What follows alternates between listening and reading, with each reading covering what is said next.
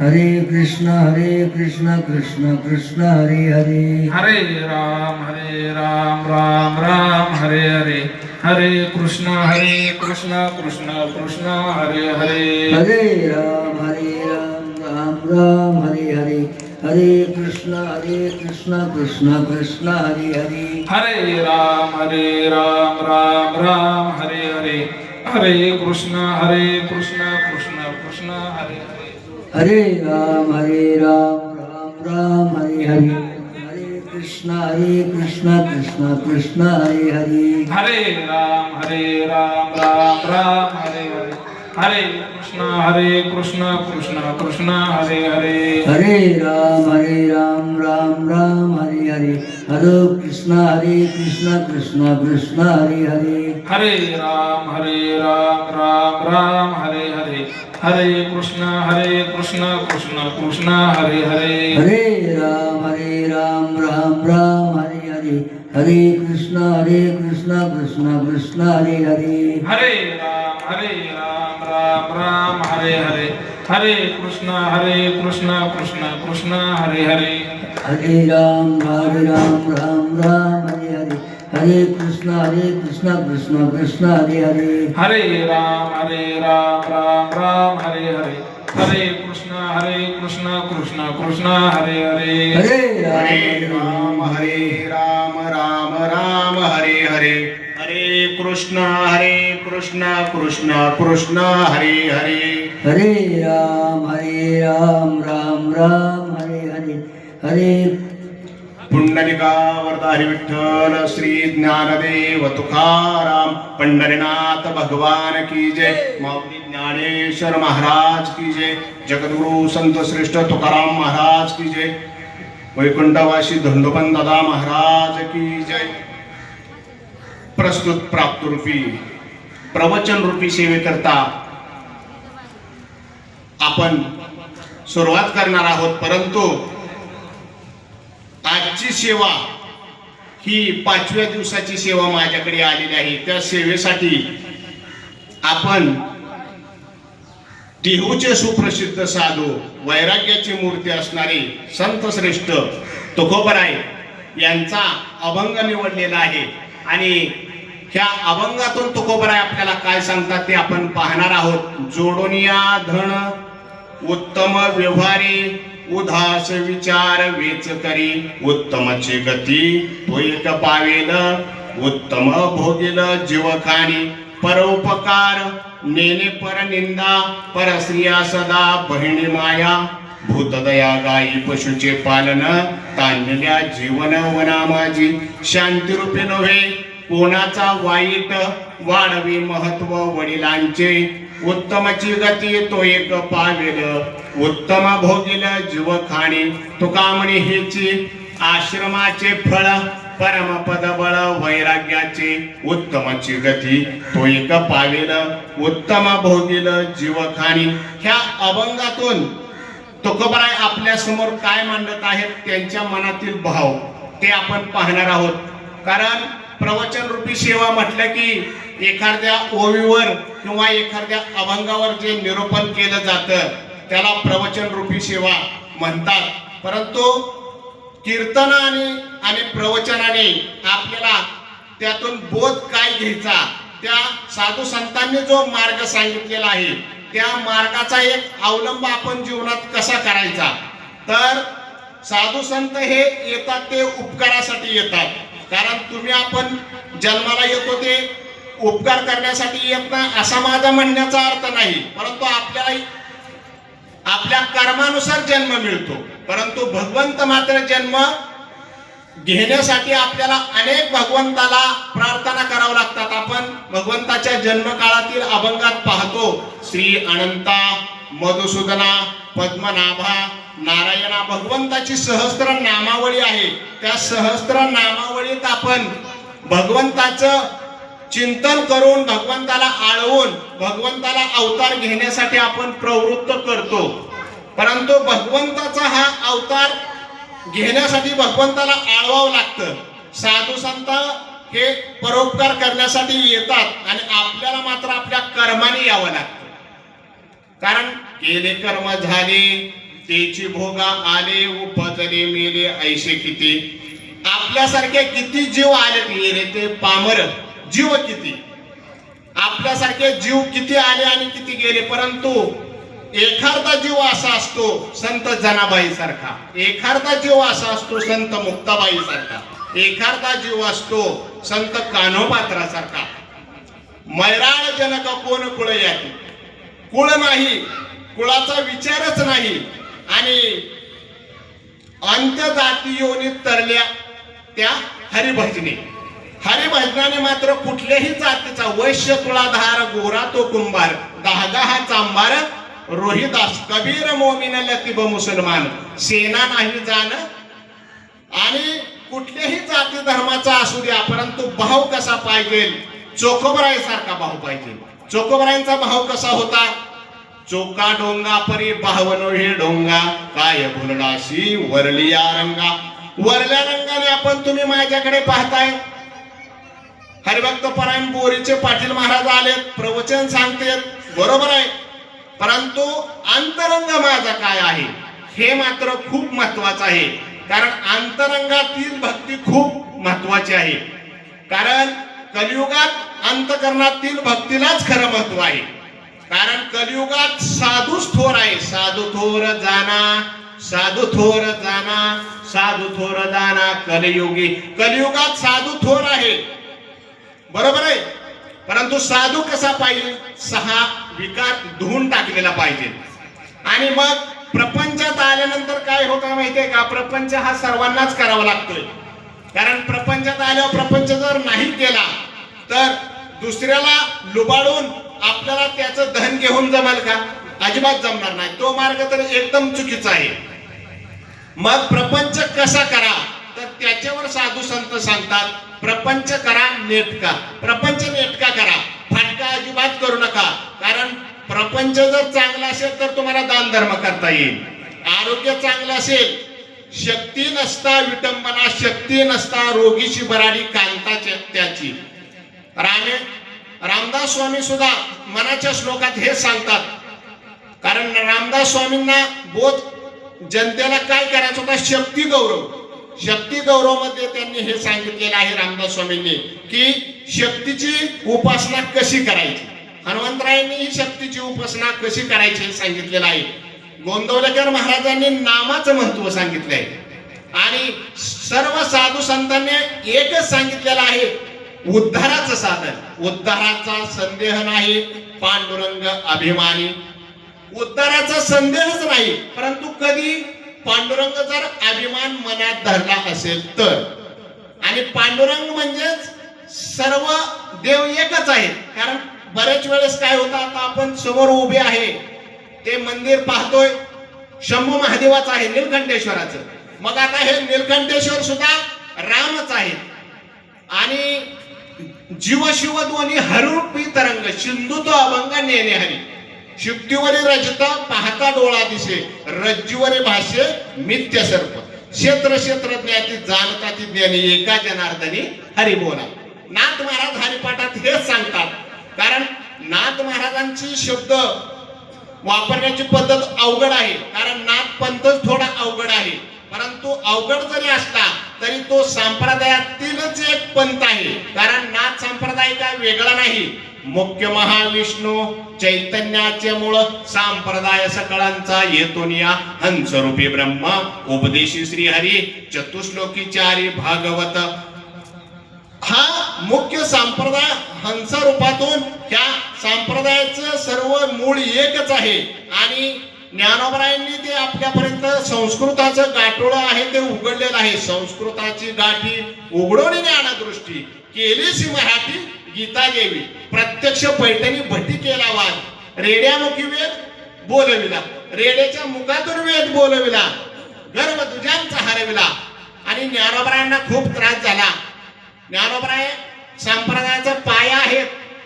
पण पाया किती अवघड असतो हे ज्यावेळेस इमारतीचं बांधकाम करताना त्यावेळेस आपल्याला पाहायला मिळतं. बऱ्याच वेळेस घरमालक म्हणतात अहो त्या पायालाच इतका खर्च केला, इमारतीच्या पैसे एवढा, त्या बाकीच्या इमारतीच्या खर्च एवढा पायालाच खर्च आला. बरोबर आहे, कारण पाया तसा अवघड असतो, पण तो पाया संप्रदायाचा जो आहे ना, तो पाया माऊली ज्ञानेश्वर महाराजांनी घातलेला आहे. ज्ञानदेवे रचला पाया, उभारिले देवालया, संत महिमा वर्णो किती, निर्जीव चालविली भिंत. ज्ञानदेवाने पाया रचला, पुढच्या दुसऱ्या अभंगात संत महिमा वर्णो किती, निर्जीव चालविली भिंत. आणि असा हा तुकोबरायांनी ज्ञानोबरायांनी संप्रदायाचा जो एक प्रकारचा वारसा आहे तो आपल्यापर्यंत पोहोच केलेला आहे. मग तुकोबराय आपल्याला भक्तीचा मार्ग कसा सांगत आहे, तर तुकोबराय म्हणतात तुम्हाला धन मिळवायचं ना, अवश्य धन मिळवा, पण ते कशा पद्धतीने मिळवा, तर उत्तम मार्गाने मिळवा. मग ते कसं आहे, तर अभंगाच्या पहिल्या चरणात त्याचं वर्णन करत आहेत. जोडोनिया धन उत्तम व्यवहारे, जोडोनिया धन उत्तम व्यवहारे, उदास विचार वेच करी. आणि विचार कसे करा, तर उदास, अंतकरणात कुठलाही तुम्ही एक प्रकारचा मळ किंवा एक प्रकारचा संकोच न करता उदास अंतकरणाने हा धन जोडण्याचा मार्ग आहे तो पकडा. आणि त्याच्यामुळे काय होईल, तुम्ही काय म्हणतात, असा जर मार्ग आम्ही अवलंबला तर काय होईल, तर उत्तमाची गती तो एक पावेल, उत्तम भोगील जीवखानी. उत्तम गती त्या जीवाला मिळेल आणि मग काय होईल, तर उत्तम गती मिळाल्यामुळे तो जीव पुढच्या जन्मात, मग आम्ही बोलून गेलो, कर्म जे आहे ते कर्म जर चांगलं असेल तर पुढचा जन्म चांगला मिळतो. कारण आपलं जर कर्म चुकीचं असेल तर आपल्याला जन्म कोणत्या योनीत मिळेल हे सांगता येत नाही. कारण जन्म घेणे लागे वासनेच्या संगे, तेची झाली अंगे हरिरूप. जन्म हा मुळात पूर्वीच्या आपल्या कर्मानुसार असतो. याच्यावर तुम्हाला जन्म कसा मिळतो याच्यावर एक छोटस उदाहरण देतो. जडभरत राजा नावाचा राजा होऊन गेलेला आहे. तो राजा प्रपंचाला कंटाळून त्याने वैराग्य प्राप्त करून तो अरण्यात गेलेला आहे. आता अरण्यात गेल्यानंतर तुम्ही पाहचाल, अरण्यात राज्य नाही, त्याचे सैनिक नाही, कुठलाही राजकीय जो थाट असतो तो नाही. परंतु जरी असं असेल तरी काय झालेलं आहे, त्या अरण्यात तो नित्य भगवंताची सेवा करू लागलेला आहे. परंतु जरी सेवा करीत असेल तरी त्याच्या जवळ एके दिवशी चुकून काय झालेलं आहे, एक हरणाचं पाडस आलेलं आहे. आपल्या साधे भाषेत हरणाचं पिल्लू.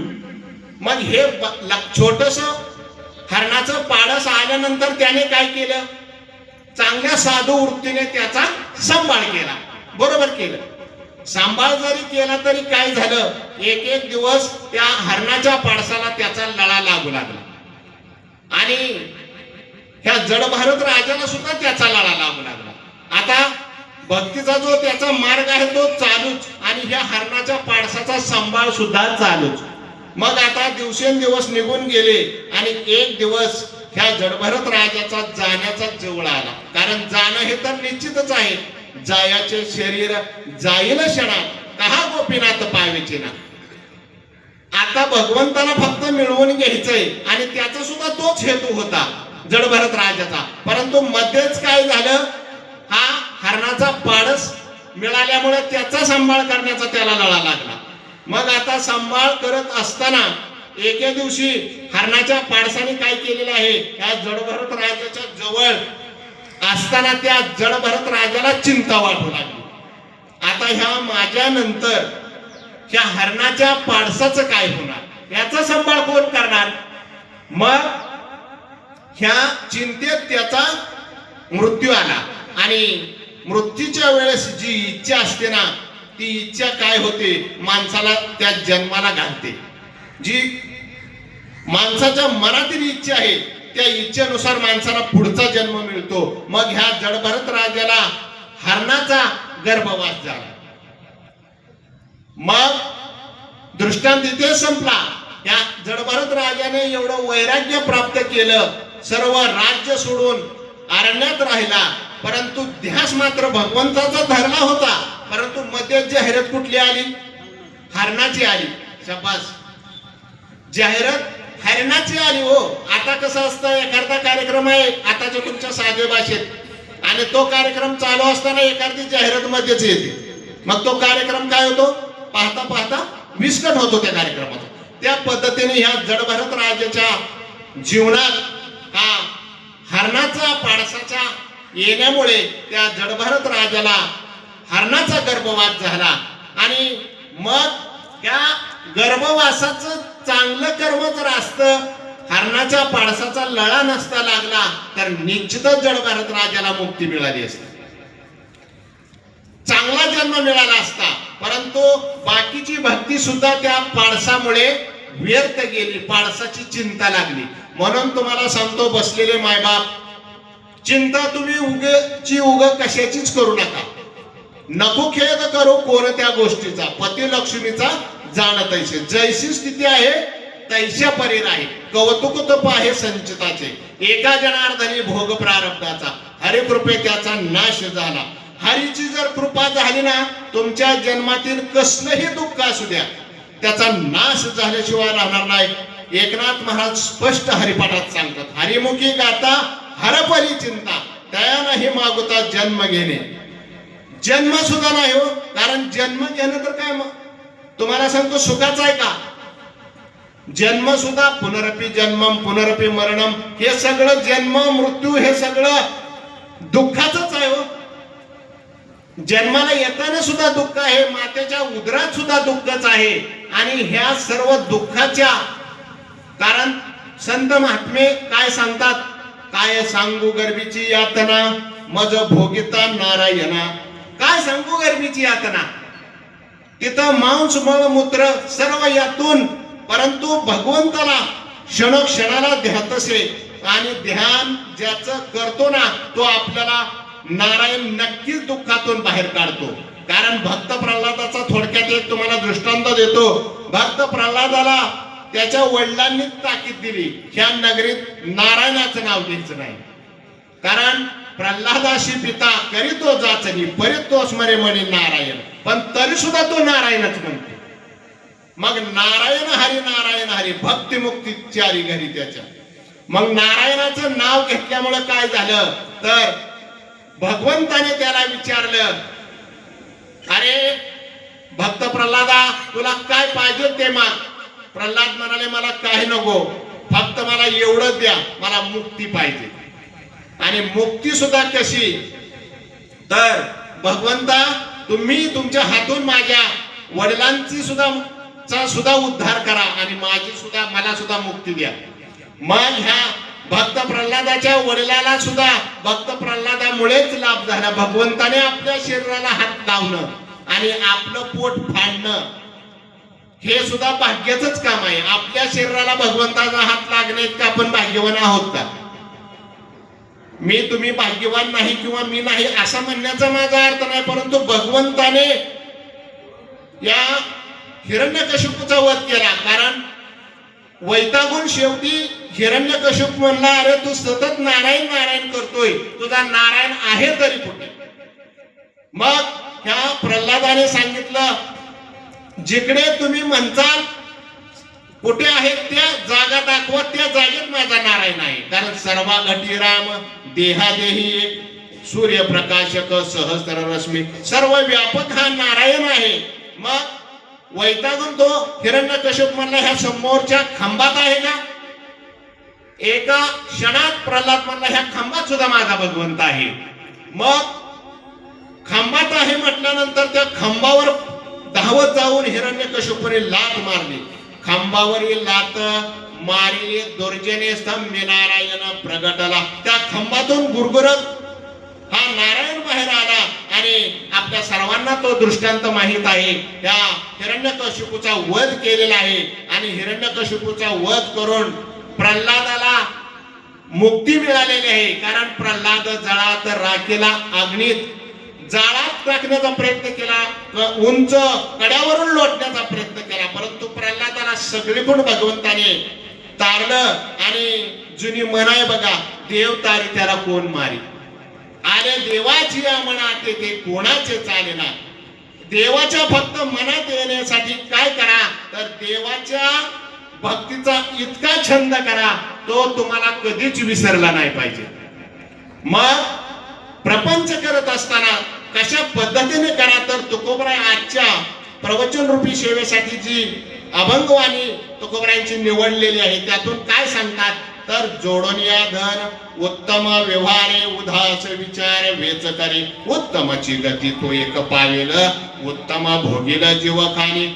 बरोबर आहे, चांगल्या मार्गाने धन मिळवलं चांगलं होत आहे, परंतु पुढे काय, उत्तमची गती तो एक पावेल उत्तम भोगील जीवखानी. बरोबर आहे, पण बाकीचा अजून पत्ते आहे का, आहे ना. परोपकार नेने पर निंदा परश्रिया सदा बहिणी माया. पर उपकार करा, एखाद्याच्या पायाने जो दुसऱ्याला मदत धावून पाय त्याच्या दुसऱ्यासाठी धावत नाही त्याला पाय म्हणू नये. बहिणाबाई जी कविता होती आम्ही शाळेत असताना, ज्याच्या हौदामध्ये पाणी आहे ना आणि तो दुसऱ्याच्या तहानलेल्याला पाणी देत नाही त्याच्या हौदाला सुद्धा हौद म्हणू नये. ज्याचे हात दुसऱ्याच्या मदतीसाठी धावत नाही त्याच्या हाताला हात म्हणून. जो दुसऱ्याच्या मदतीसाठी आपली वाणी व्यर्थ काय काय वाणीने सुद्धा मदत करत नाही, तो एखाद्याला मार्ग विचारला ना पुढील गावाला हा रोड जातो का ते काही सांगत नाही. तुमच्या हातून जेवढा परोपकार करता येईल तेवढा करा. परोपकार नेने परनिंदा. आणि निंदा बघा आता कसं आहे, आता लासुर्णे गाव असो किंवा बोरी गाव असो, मी आता बोरीवरून आलोय, बोरीत पण तेच आहे आणि लासुर्ण्यात पण तेच आहे, सेम सेम तसंच, काहीच बदल नाही. चव्हाट्यावर बसतात काही बसतात, कष्ट करणारे पण बोरीत आहेत, लासुर्णे गावात बी कष्ट करणारे आहेत, पारमार्थिक आहेत, परंतु 4 टवाळखोर सुद्धा लासुर्ण्यात असतील बघा, त्यांचा एकच व्यवसाय असतो, काहीच नाही. दिनरचनी हाची धंदा, नित्य गोविंदाचे पोवडे, हे नाही बरं का, हे साधू संतांचं आपल्यासारख्या वेड्या माणसांचा धंदा आहे. पण ह्या चव्हाट्यावर बसणाऱ्या कुटाळखोर लोकांचा दिनरजनी निंदा हाची धंदा. निंदा करणं हे धंदा, परंतु निंदेने काय होतं माहितीये का, निंदेने त्या माणसाची निंदा केलेल्याचं त्याने केलेले पाप आपल्या माथ्यावर पडत. म्हणून दुसऱ्याची निंदा करणं सोडा. आतापर्यंत केली असेल तर असू द्या, इथून पुढे दुसऱ्याची निंदा करू नका, कारण नका करू ना आयुष्याचा. आता तरी पुढे हाची उपदेश, अजून तरी उपदेश करा, अजून तरी होय जागा. तो का म्हणे पुढे दगा, पुढे दगा आहे बर का. माझं साधू संत सांगतात, आमचं तुम्ही जर नाही ऐकलं तरी आमच्या जोडीत काही धोंडा पडणार नाही. साधू संत गेले आनंदी राहिले, हरिनामे झाले कृतकृत्य, एका जनार्दने मांडलेले दुकान, देतो मोलाविना सर्व वस्तू. साधू संतांचं दुकान आहे, घातला दुकान देती आली अशी दान, संत उदार उदार भरले अनंत भंडार. उदार आहे, त्यांच्या दुकानात माल आहे, तो कसा आहे, ज्वारीचा पोत आहे, धान्य आहे, साखर आहे. हे धान्य तुम्ही समजताना हे सुद्धा संसारात उपयोगी लागतं, गरजेचं आहे, बरोबर आहे. अन्न वस्त्र निवारा हा 2-3 ज्या गोष्टी आहेत ना ह्या प्रामुख्याने गरजेच्याच आहेत, परंतु संतांचं ते दुकान नाही. संतांचं दुकान वेगळं आहे. वैष्णवांचा माल खरा तुरा तुरा वस्तूसे. कोणत्या वस्तू, भक्ती मुक्ती, भक्तीचं दुकान आहे, मुक्तीचं दुकान आहे. आणि ह्या भक्तीच्या मुक्तीच्या दुकानातील मालाचा आपल्याला जीवनात एक प्रकारचा रोजचा दैनंदिन वापर करायला आला पाहिजे आपल्याला. कारण नामाने काय होतं, साधू संत सांगतात नामस्मरण करा, चिंतन करा, भजन करा, बरोबर आहे.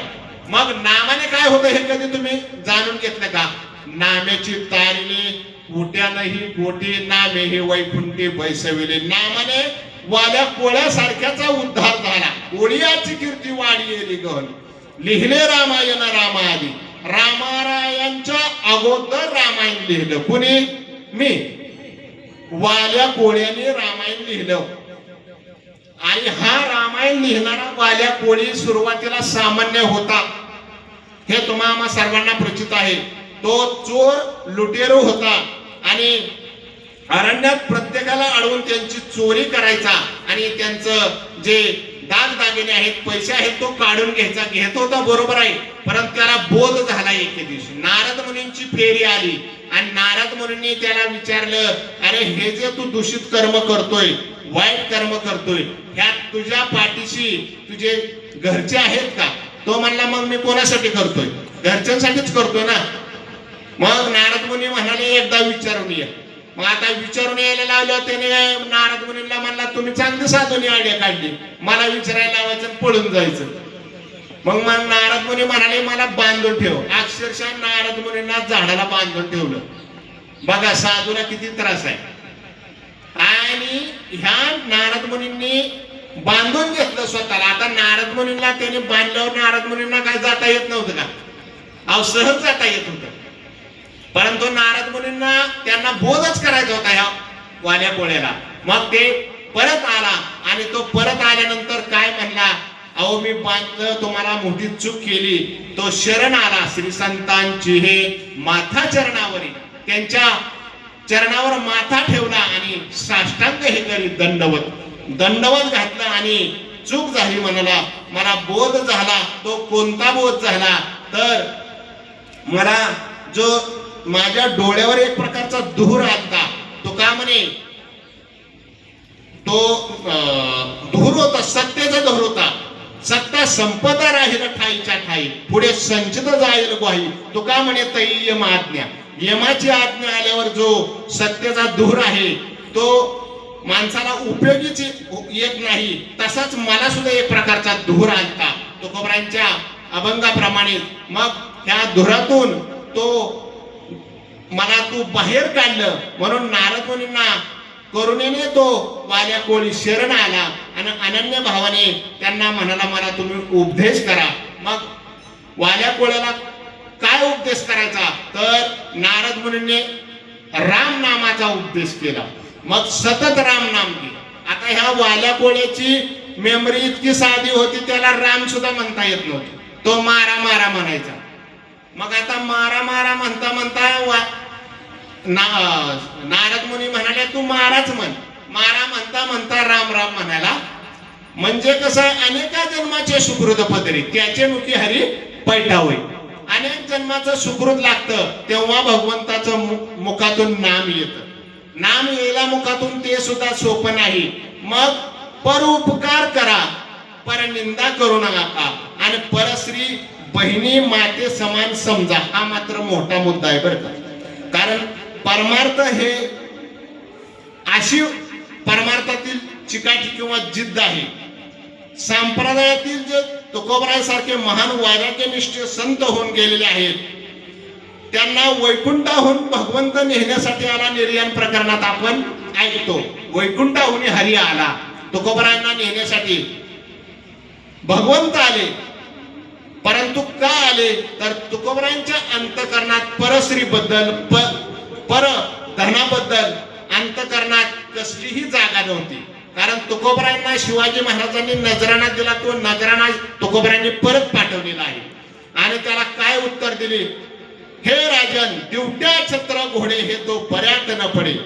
हे आम्हाला नको, सोने रुपये आम्हा मृतके समान, माणिक पाषाण खडे जैसे. तुका म्हणे तैशा दिसतील नारी, रिसाची या परी आम्हा पुढे. विठले हे चित्त प्रपंचापासून व म्हणते म्हणे बैसलेशी. तुकोबराय म्हणतात, हे प्रपंचापासून चित्त विटलेलं आहे. प्रपंचातील गोष्टी सुख देत नाहीत. दुःख बांधवडी आहे हा संसार, सुखाचा विचार नाही कोठे. 14 कल्पावरी आयुष्य जयाला, परितो राहिला ताटेखाली. मार्तंड ऋषीला 14 कल्प आयुष्य होतं. अहो आपल्याला आयुष्य काहीच नाही. आता मी तुमच्या हेतून प्रवचन सेवा करून घरी जाईल का नाही ह्याची गॅरंटी नाही, आणि तुम्ही प्रवचनावरून घरी जाचाल याची गॅरंटी नाही. मग आपला जन्म, आपली आयुष्याची मोजमाप आणि मार्तंड ऋषीचं मोजमाप कुठं?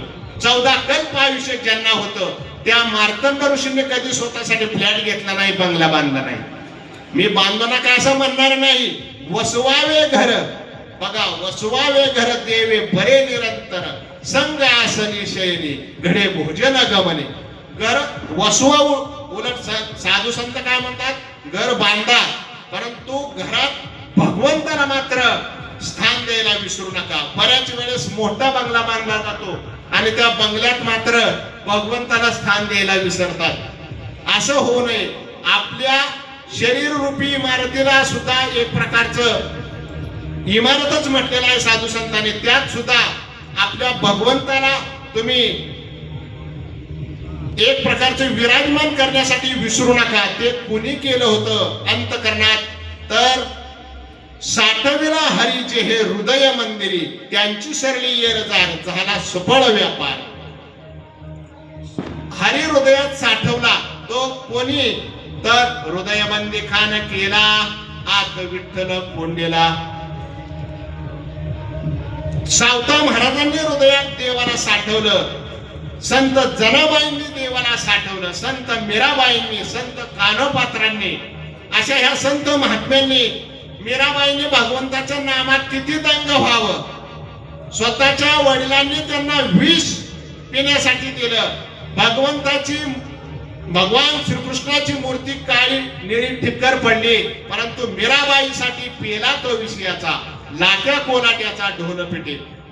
मीराबाई किती भजनात दंग असायची. नाहाचे रे मीरा नाहाचे रे, पग घुंगरो बांधनाचे रे, मीरा नाचे रे मीरा नाचे.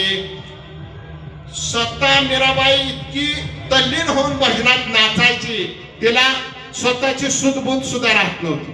आणि अशी ज्याची भक्ती असते, दुसऱ्याच्या धनावर कसलाही लोभ न ठेवता परश्री माते समान जो समजतो, त्याच्या जीवनाला तुकोबराय अभंगाच्या दुसऱ्या चरणात काय म्हणतात, उत्तमाची गती तो एक पावेल, उत्तम भोगील जीवकाली. आणि चौथ्या चरणात तुकोबराय काय म्हणतात, भूतदया गायी पशुचे पालन. भूत म्हणजे आता भूत आहेत का? अहो हे माणसालाच भूत म्हटलेलं आहे. मग तुम्ही माणसाला आम्ही माणसं काय भूत दिसतोय काय तुम्हाला? भूत नाही, उपमा आहे. भूतांवर दया करा, माणसांवर दया करा, परोपकार करा आणि पशुचे पालन करा. आता पशुचे पालन, इथं बसलेल्यापैकी आपण शेतकरी वर्ग आहोत. प्रत्येकाच्या घरी एक एक गाय असेल, एखादी म्हैस असेल, एखादी शेळी असेल. सांभाळा, अंतकरणापासून सांभाळा. व्यवसायासाठी तर सांभाळाच, परंतु उपकार म्हणून सुद्धा सांभाळा. कारण साधू संत काय म्हणतात, गोमातेची सेवा केलेले तिच्या पोटात 33 कोटी देव असतात. आता तुम्ही बसलेले म्हणतात महाराज तुम्ही पांढरे कपडे घालायचा, प्रवचन जोडायचा, कीर्तन करायचं, आम्हाला सांगा गोमातेची सेवा करा. तुम्ही काय करता? ह्या नारदाच्या गादीची व्यासपीठाची शपथ घेऊन सांगतो, मी काही मोठ्यापणा सांगत नाही. मी सुद्धा नुकतीच एक आता गोमाता खरेदी केलेली आहे. आणि कशासाठी? पूर्वी आमच्याकडे होत्या म्हैशी असायच्या, परंतु खास आपण कीर्तनकार आहे, प्रवचनकार आहे, आपण सुद्धा गोमातेची सेवा केली पाहिजे. आणि अल्पसा ही काही जाहिरात करण्यासाठी मी सांगत नाही, परंतु मी जशी करतोय तशी तुम्ही सुद्धा करण्याचा प्रयत्न करा. साधू संतांचा जो निरोप आहे तो तुमच्यापर्यंत मांडण्याचा प्रयत्न करतोय. कारण त्या सेवेने काय होतं बघा, लगेच तुम्हाला जाणून येणार नाही, परंतु मला सुद्धा स्वतःला एक अनुभव आला. ज्या वेळेस ती गोमाता आमच्या घरी आणण्यात आली ना, आणताना खूप त्रास झाला बरं का, परंतु आल्यानंतर एक प्रकारचं वेगळंच चैतन्य जे असतं ना, एक भगवंताची अदृश्य शक्ती असते, खरंच ती आहे बरं का. मला त्याचा अनुभव स्वतःला आलेला आहे. एक प्रकारचं नवचैतन्य घराच्या समोर निर्माण झालं आणि खरोखरच त्या गोमातेच्या शरीरात 33 कोटी देव आहे म्हणतात. खरं आपण ऐकून आहे, परंतु खरोखरच खरं आहे. एरवी घराच्या समोर 2 म्हैशी बांधलेल्या असायच्या, त्याच्यापेक्षा ही गोमाता आणल्यानंतर वेगळं चैतन्य निर्माण झालं. घरात शांतता, आरोग्य, कलह कमी झाला, प्रसन्न वातावरण.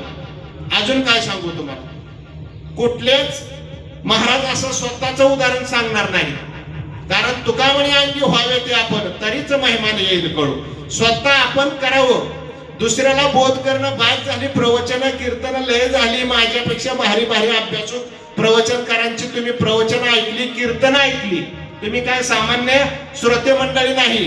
परंतु एवढं करा, स्वतःच्या अंगाने चांगले गुण आहेत ना ते अंगीकृत करा. हीच खरी सेवा आहे. तुका म्हणे भोळा जिंकू जाणे कळीकाळा. कळीकाळाला सुद्धा जिंकण्याची ताकद आहे, परंतु तो कसा पाहिजे? भोळा. चॅप्टर माणसाला वाटतं मी चॅप्टरपणा केला नाही हो, तो टिकत नाही.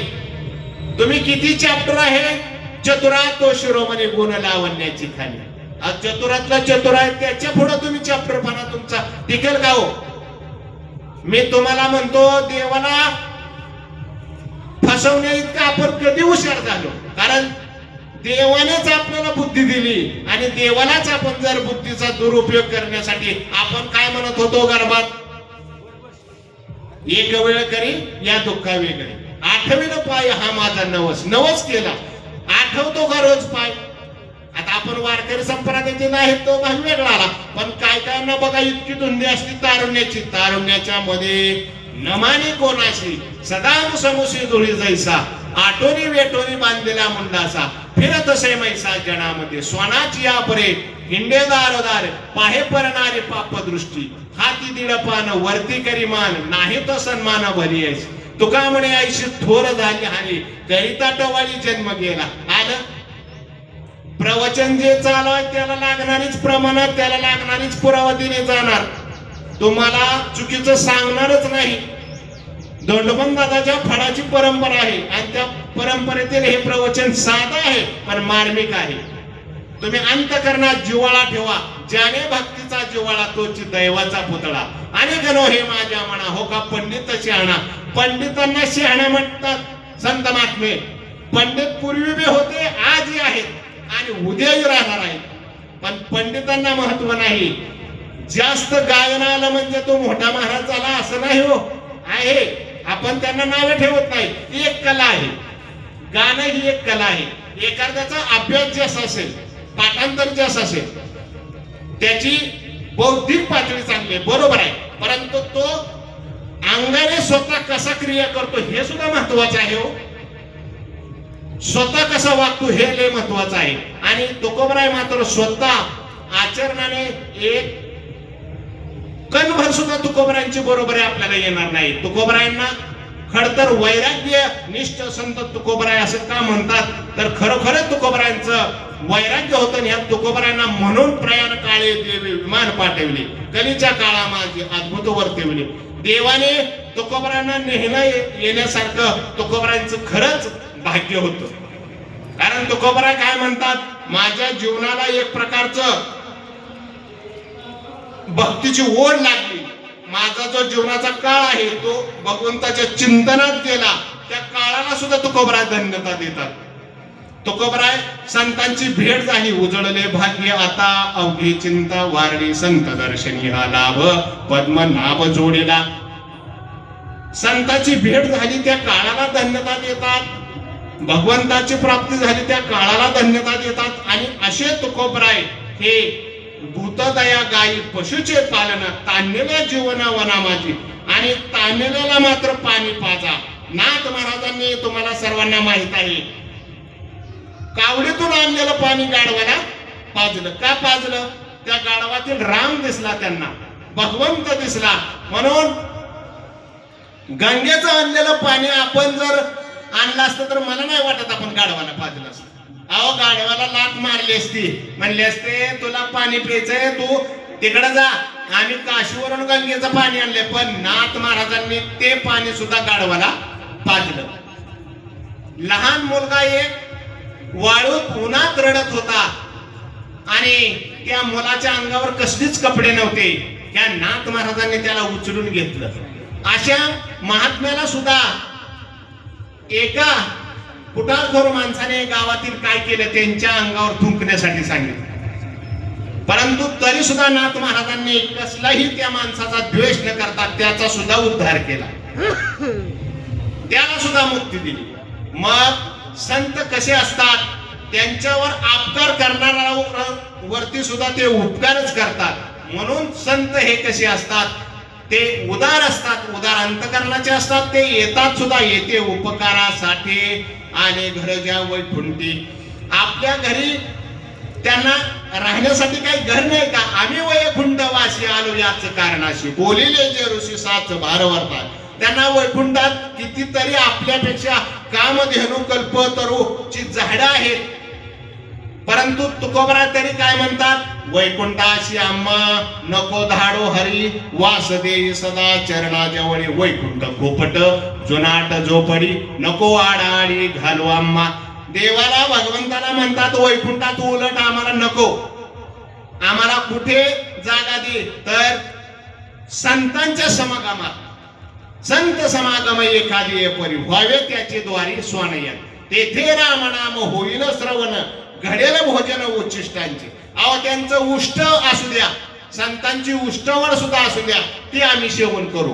परंतु संतांच्या उष्टावळीवर सुद्धा नाही तुकोबराय म्हणतात त्यांच्या दारातील कुत्रा सुद्धा करा तरी चालेल, त्यांच्या घराच्या पाठीमागच्या मोरीतील एक किडा करा तरी सुद्धा चालेल, परंतु संतांच्या बर का. संतांना इतकं महत्व आहे, कारण संतांचं अंतकरण हे दयेने भरलेलं असतं. आणि म्हणूनच साधू संतांनी काय केलेलं आहे? जे का रंजले गांजले त्याशी म्हणे जो आपुले, देव तेथेच जाणावा, तोच साधू ओळखावा, देव तेथेच जाणावा. तोच खरा साधू आहे. साधू थोर जाणा, साधू थोर जाणा, साधू थोर जाणा कलियुगी. कलियुगात साधू थोर आहे, परंतु कोणता साधू? ज्याने 6 विकार धुतले आणि जो दुसऱ्याची निंदा करत नाही, दुसऱ्यावर परोपकार करतो, तो साधू थोर. मग काय झालेलं आहे? भूतदया गायी पशुचे पालन, ताणलेल्या जीवन वनामाधी. शांतिरूपी नव्हे कोणाचा वाईट, जो शांततेला धरतो. नाथ महाराजांना काय म्हटलं जातं तुम्हाला आम्हाला सर्वांना माहिती? शांती ब्रह्म एकनाथ महाराज म्हणतात ना. नाथ महाराजांना काय म्हणतात? शांती ब्रह्म एकनाथ महाराज. जसं तुकोबरायांना जगद्गुरु संत श्रेष्ठ वैराग्य शिरोमणी संत तुकोबराय, तसं नाथ महाराजांना शांती ब्रह्म एकनाथ महाराज का म्हटलं जातं? त्यांच्याकडे शांतता आहे. आणि शांततेने काय होतं? तर शांततेतून काहीतरी मार्ग निघतो. आणि शांत वृत्ती असेल तिथे भगवंत सुद्धा स्थिर होतात. शांतीदया पाहुणा हरी करी. आणि पाहुणा हरी शांती दया का करायचा? तर भूतदया गायी पशुचे पालन, ताणलेल्या जीवन वना माझी. शांतिरूप नव्हे कोणाचा वाईट, वाढावी महत्व वडिलांचे. जर वडिलांचं महत्व वाढवायचं असेल तर ह्या सर्व गोष्टी करायच्या आणि शांततेला धरायचं. मग तुमच्या वडिलांचं सुद्धा महत्व वाढणार. जर तुम्ही गावातून वाईट कृत्य करत फिरत असाल, नशा पाणी करत असाल, नको ते व्यसन करत असाल, तर गावामध्ये एक प्रकारची चर्चा होती बघा. होती का नाही गावात चर्चा? मग चर्चेत काय म्हटलं जातं? अहो ते आमकमक्या गल्लीतलं आमकमक्याचा मुलगा आहे बघा, बरोबर आहे का? अशी चर्चा होती ना. मग त्या व्यक्तीचं नाव घेतलं जातं आणि मग त्यांचा बघा हा मुलगा आहे, हा जो पिऊन पडलाय ना चौकात, त्यांचा मुलगा आहे. मग कोणाचं? ज्यांचा मुलगा आहे त्यांचं नाव घेतलं जातं. अहो एक वेळेस तर नाही समजण्यात आलं तर त्याच्या आजोबाचं सुद्धा घेतलं जातं. घेतात का नाही? जुनी लोक साधी. अहो तो आमकम का नाही का, त्याचं नातं आहे बघा. मग जसं वाईट केलं पण आजच्या पंजापर्यंतचा उद्धार लोक करतात, म्हणजे वाईटच बोलतात ना. काय वळण लावलं का त्यांनी? पिऊन पडले अहो. आणि मग असं दुष्कृत्य केलं जसं लोक वाईट 3 पिढ्याचं मोजमाप काढतात, तसं चांगलं जर, याच्या विरुद्ध मी बोलतोय बघा, लक्षात घ्या. तुम्ही जर चांगलं केलं तर तुमच्या 3 पिढ्यांचा लोक लौकिक करणार, उलट चांगलं म्हणणार. अहो ते प्रवचन करणार लासुरण्याचे, त्यांचे वडील बघा ते नाहीत का आमकमके, ते सुद्धा माळकरी होते, ते सुद्धा महिन्याची वारी करायचे. त्यांचं प्रवचन होतं काय आज? अहो त्यांच्या आजोबाचं सुद्धा गळ्यात माळ होती, आजोबा महिन्याचं वारकरी होतं. माझ्या वडिलाची मिराशी गा देवा, तुझी चरण सेवा पांडुरंगा. उपवास पारणे राखेला दारवंटा, केला भोगवटा आम्हाला बी. वंश परंपरा दास मी अंकित, तो का मोकलिता लाज कोणा. आता हे माझ्या वडिलाची मिराशी आहे हो तुकोबराय म्हणतात. मग होते का तुकोबरायांच्या वडिलाची मिराशी? होते ना. विश्वंभर बाबापासूनची भक्ती होती. तुकोबरायांची विश्वंभर बाबापासूनची भक्ती होती. तुकोबरायांच्या वडिलाची, आजोबाची, पंजोबाची, त्यांच्या वडिलाची अशी 8-9 पिढ्यांची, बऱ्याच पिढ्यांची परंपरा होती. कणकाई, बोल्लोबा, बाकीचा तो त्यांचा जो वारसा आहे तो आता धावत्या वेगात तुम्हाला नाही सांगता येणार मला. बाकीचं कसं आहे, तुकोबरायांच्या विश्वंभर बाबांना पंढरपूरला जाण्यासाठी वय झाल्यानंतर जमेना. मग काय झालं, भगवंताने एक दिवशी स्वप्नात सांगितलं, तुम्ही कुठे जाऊ नका, तुमच्या शेतात मी येत आहे.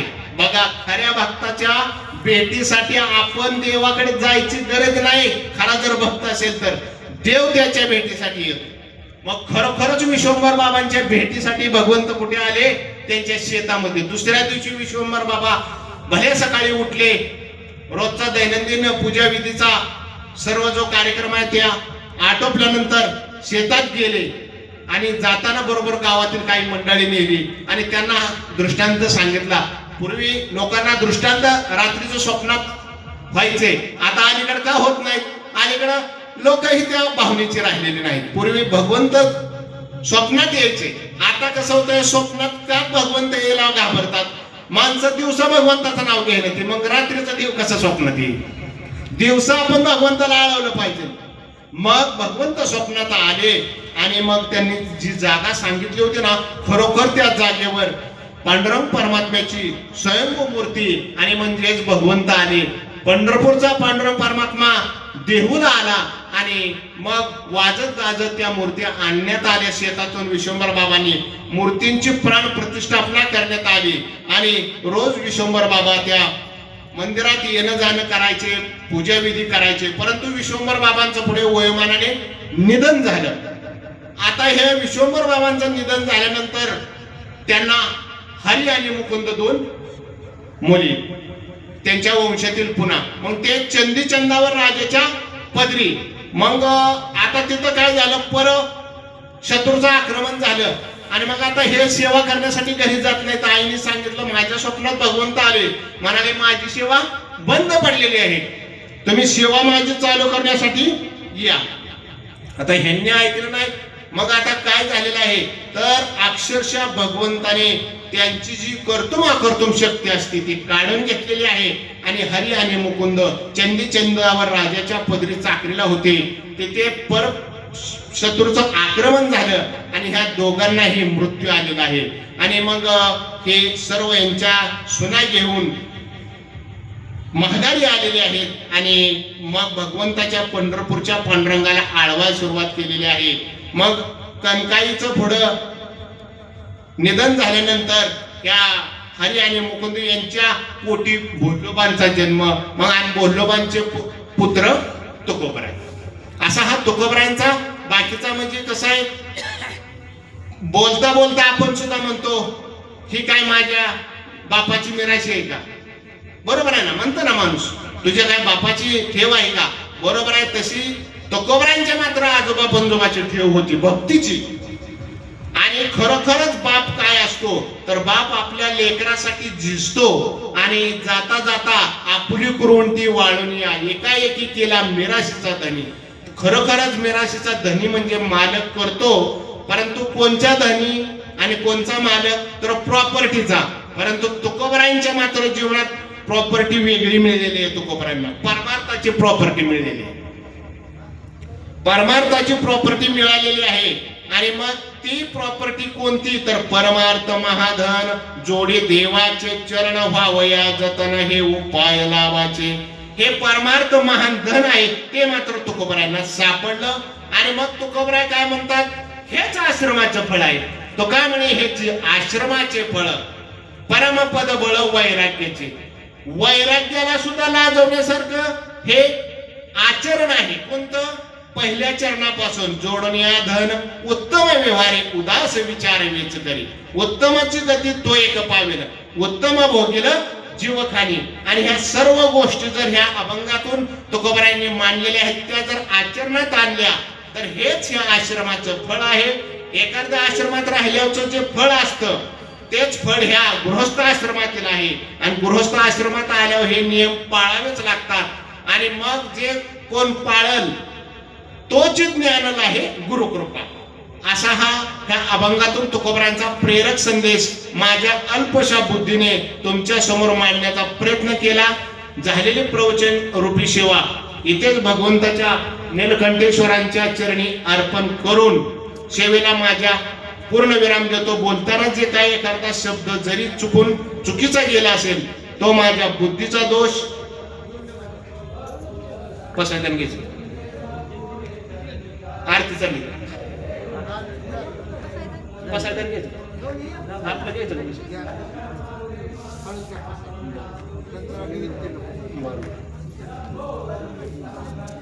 पुंडलिकावर हरी विठ्ठल श्री ज्ञानदेव तुकाराम पंढरनाथ भगवान की जय. माऊली ज्ञानेश्वर महाराज की जय.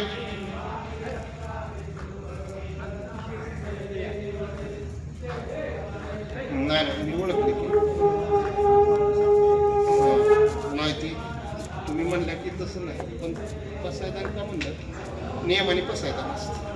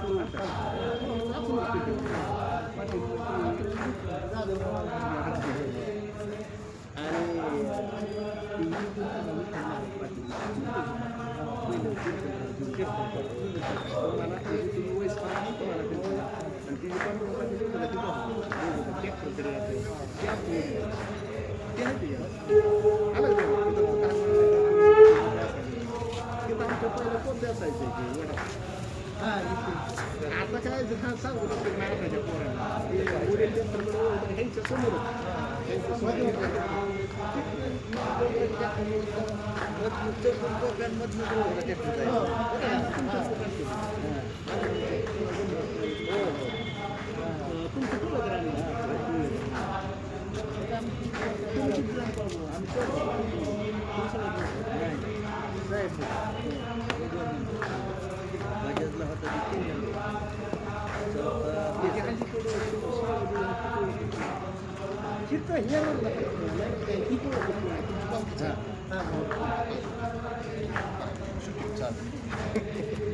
सगळा राडा बसून